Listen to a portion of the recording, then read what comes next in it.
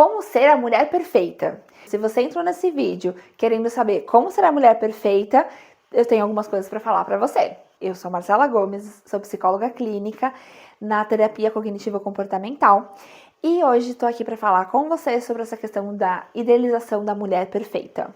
E eu espero que até o final desse vídeo eu consiga mudar um pouquinho a sua opinião sobre isso e a gente vai conversar a respeito. E o que é a mulher perfeita? Durante muito tempo, nós mulheres, a gente foi muito cobrada. E a gente coloca uma responsabilidade na gente de que a gente tem que ser a mulher perfeita, a mulher que dá conta, porque a gente é muito cobrada também socialmente em relação a isso. A gente tem que dar conta da casa, a gente tem que dar conta do trabalho, tem que dar conta do filho, tem que dar conta do relacionamento, tem que dar conta do trabalho. É muita coisa para administrar. E aí a gente às vezes pode até se comparar com as nossas mães, com as nossas avós, que tinham uma outra realidade e achar, nossa, elas davam conta e eu não tô dando conta das minhas coisas. Só que a vida delas, a realidade delas era totalmente diferente do que hoje em dia, onde a gente tem a pressão, onde o mercado de trabalho, a gente está muito mais inserida. Então, são coisas que a gente precisa entender o porquê que eu coloco tanta pressão em cima de mim. A gente coloca toda essa pressão em cima da gente porque a gente tem provavelmente uma crença muito forte de achar que a gente tem que dar conta, que a gente, se não fizer, não é bom o suficiente. Porque isso é uma coisa que eu escuto muito no consultório, nessa questão de que eu preciso dar conta, eu preciso ser suficiente. E da onde vem isso? Vem de uma grande ansiedade também, né? Porque a gente fica tão ansiosa que eu preciso pensar naquilo e fazer várias coisas, que a gente quer segurar todos os pratinhos e a gente não vai conseguir segurar todos os pratinhos. A gente pode planejar, a gente pode se organizar, mas muitas vezes o pratinho ele vai cair. A gente não consegue dar conta de tudo, né? Trabalho, filho, casa, marido, esposa, é muita coisa para dar conta. Então, a gente precisa organizar um pouquinho e pensar que um pratinho sempre vai cair, ou alguns pratinhos sempre vão cair, e faz parte. E a ansiedade é questão de controle. Então eu quero ter controle, eu quero saber tudo o que vai acontecer, eu quero ter controle do meu futuro, e a gente não tem. E isso causa uma angústia, causa uma crise de ansiedade de que, não, mas eu preciso dar conta, porque se eu não der conta, isso significa que eu não sou boa o suficiente. Mas quem disse que você não é boa o suficiente? Quem disse que você precisa dar conta? Quem disse que você precisa estar com todos os pratinhos sempre muito alinhados? Então você precisa entender que tá tudo bem se as coisas saírem do controle, que eu posso fazer as coisas, só que eu não preciso fazer perfeitamente, ou eu não preciso dar conta exatamente como eu tinha planejado, como eu tinha uma expectativa que isso iria acontecer, porque a gente tem a expectativa. E vem a frustração quando a gente tem uma alta expectativa. Então, a gente pode tentar fazer as coisas, só que sem essa pressão de que eu preciso dar conta lindamente, eu preciso estar perfeita naquilo que eu faço, porque os pratinhos eles vão cair. Eu posso estar fazendo uma coisa e aí o pratinho vai cair, depois eu faço o outro, daí o outro pratinho vai cair. Tá tudo bem a gente não dar conta de tudo e tudo ao mesmo tempo. A gente vai fazendo o que naquele dia é importante pra gente. Sabe quando você tá numa entrevista de emprego e o entrevistador te pergunta qual é o seu maior defeito e você fala perfeccionismo? É uma coisa pra gente pensar, porque realmente pode ser um grande defeito aí, pode ser um grande fator que prejudica muito a sua vida ser perfeccionismo da forma como às vezes acaba sendo. Por que o perfeccionismo ele faz tão mal pra gente? Porque quando a gente coloca o perfeccionismo, a gente tem um ideal, a gente tem um pensamento de que a gente precisa dar conta, tem uma expectativa daquilo que eu preciso fazer perfeito. E aí, se a realidade não tá de acordo com a minha expectativa, eu fico frustrada e eu desvalido tudo que eu tô fazendo. Então isso é muito difícil e o quanto prejudica a nossa saúde mental também quando a gente se coloca nesse lugar de que não, mas eu preciso fazer perfeito de acordo com o ideal que eu idealizei. Só que aquilo foi uma idealização. O que tá realmente acontecendo na prática pode ser bem diferente e tá tudo bem. E aí, quando a gente coloca nessa questão do perfeccionismo, é porque eu tenho medo de errar, eu tenho medo de mostrar que eu não sou boa o suficiente, que eu não dou conta. Só que um segredo aí pra gente conversar: ninguém dá conta. Tá todo mundo tentando administrar esses pratinhos aí, às vezes esses pratinhos caem. E tá tudo bem. A gente tem que levar com mais leveza, talvez, esse ponto de que tá tudo bem se um pratinho cair. Ninguém dá conta de tudo. Se uma pessoa fala que dá conta de tudo, tem dois fatores aí. Ou ela tá fazendo de uma forma assim, ok, né? Assim, tô segurando os pratinhos e não tem o perfeccionismo que tá tudo certo, ou ela tá mentindo. Então, qual é os principais sofrimentos ou desafios que uma pessoa muito perfeccionista vai enfrentar? Quais são os maiores desafios que uma pessoa perfeccionista vai enfrentar? Uma que é provavelmente o medo do julgamento. Essa pessoa fica muito preocupada com o julgamento das pessoas. Outra que é muito mais propenso pessoas que têm um grande alto, né, perfeccionismo terem burnout. Então são pessoas que vão ficar extremamente cansadas, desgastadas, sem motivação e podendo causar até uma depressão em relação a isso, por querer dar sempre conta e aí achar que não tá conseguindo atingir aquilo, voltar para si mesmo e aí começar a entrar numa questão, né, num quadro ansioso, num quadro depressivo. E também o fator de que a pessoa, ela se cobra tanto na vida dela, que isso vai ficar muito cansativo para ela. E isso vai virar uma bola de neve em relação a várias questões que ela pode enfrentar aí na vida dela. Você também precisa errar, faz parte, todo mundo erra. Eu erro, você erra, um fulano que tá passando um cachorro agora na rua tá errando, tá todo mundo errando e tá tudo bem. Eu sei que é muito difícil quando a gente erra, porque eu também fico preocupada, também fico receosa, e a gente só que tem que levar com talvez um pouquinho de mais leveza de que tá tudo bem, eu vou errar. E se eu tô fazendo aquilo, é sinal que, por exemplo, eu tenho uma chance de errar. Eu vou dar um exemplo aí pra você. Uma pessoa que fica, por exemplo, trabalhando no Uber, a chance dela, por exemplo, receber uma multa é muito mais alta do que uma pessoa que pega o carro, vai e chega no trabalho, porque ela tá mais propensa àquilo, porque ela tá fazendo com mais vezes. É a mesma coisa, se eu tô fazendo eu trabalho na linha de investimento, e aí eu errei a questão no investimento, é muito mais fácil eu errar isso, porque de uma outra pessoa que não mexe muito com isso. Então, a gente erra em diferentes partes da vida, ou na maternidade, porque eu tô ali lidando com meu filho, ou com o marido, ou esposa, a gente tá tudo bem, a gente vai errar e a gente tem que só levar com mais descontração.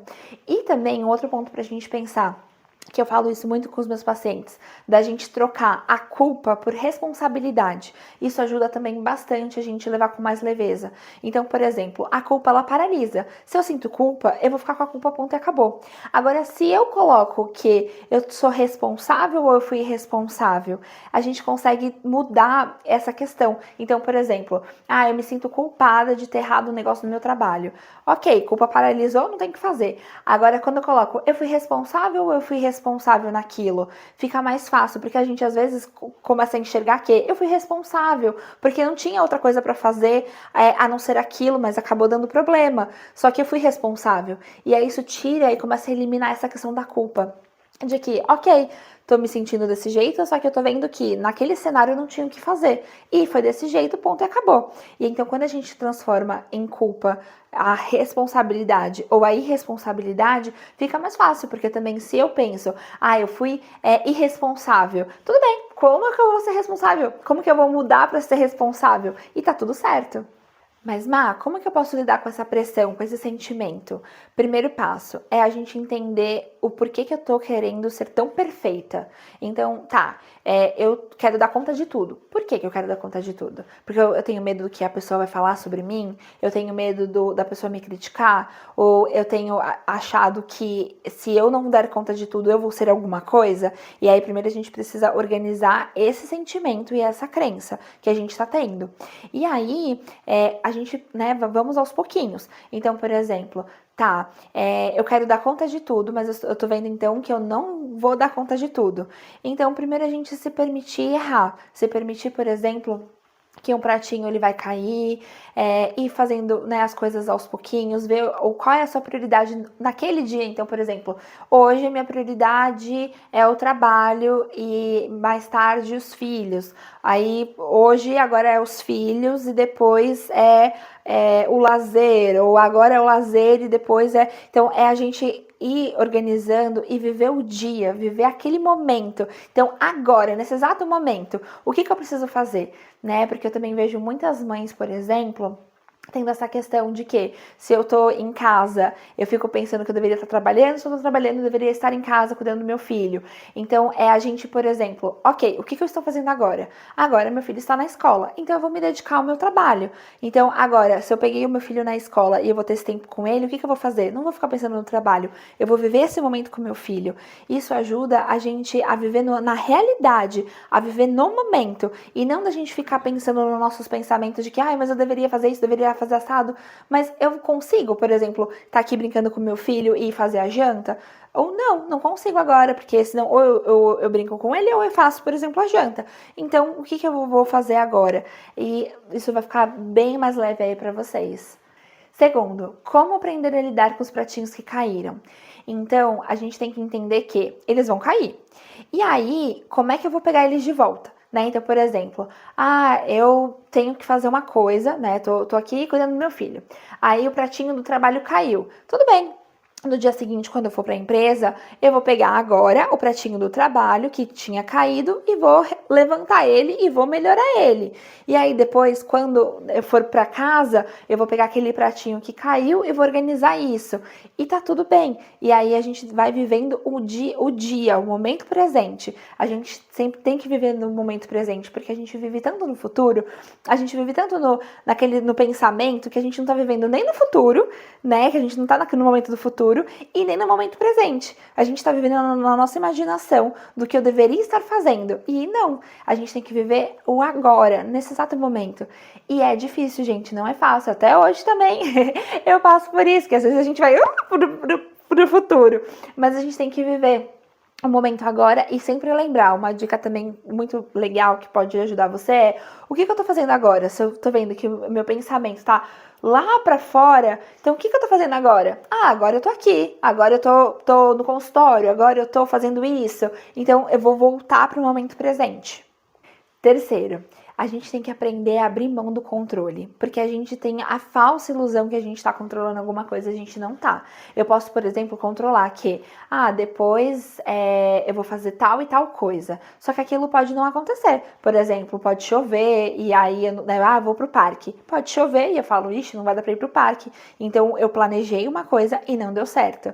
Ou, por exemplo, eu tô planejando fazer tal coisa no final de semana ou em tal dia e pode ser que não dê certo, a pessoa fica doente, a pessoa não consegue ir. Então a gente tem a sensação de que se eu ficar no controle de tudo, vai tudo dar certo. E aí não vai, porque a gente tá achando que a gente tá controlando uma coisa e na verdade a gente não tá controlando, né? A gente pode ser que não aconteça. E aí eu abri mão de que, ok, se isso não aconteceu, como é que eu vou lidar com isso? Como é que eu vou me organizar para fazer outra coisa? Como que eu vou pensar em formas de resolver esse problema?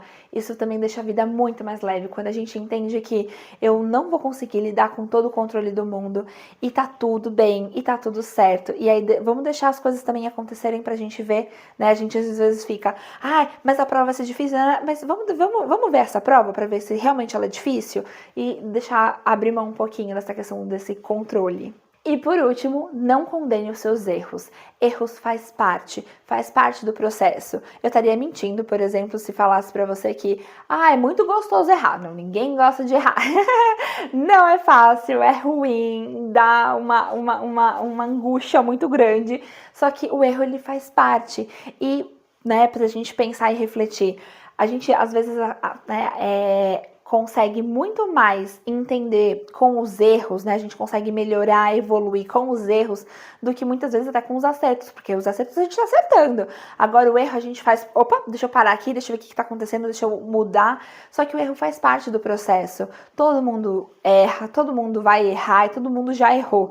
E faz parte. Tem erros pequenos, médios, graves, tá tudo certo. E a gente tem que aprender a lidar com todos eles. Você não precisa tornar o erro maior do que ele é, porque a gente às vezes acaba também colocando o erro, né, daquele monstro do armário, sabe os monstros S.A.? Aquele monstro gigante do armário, e aí às vezes é um monstrinho pequenininho e na verdade a gente colocou como ele fosse gigantesco e ele não é. Então a gente às vezes se culpa tanto por um erro que foi pequeno, uma coisa tão grande, e a gente se culpa, se condena, e aí será que eu não tô me desrespeitando, sendo que eu sei sei que eu vou errar. E será que, por exemplo, se minha amiga errasse dessa forma, ou pessoas que eu gosto errassem, eu iria condenar como eu me condeno? Uma reflexão aí pra você. Muito obrigada por assistir até aqui, espero que essas dicas tenham ajudado você a refletir um pouquinho sobre tudo isso que a gente conversou.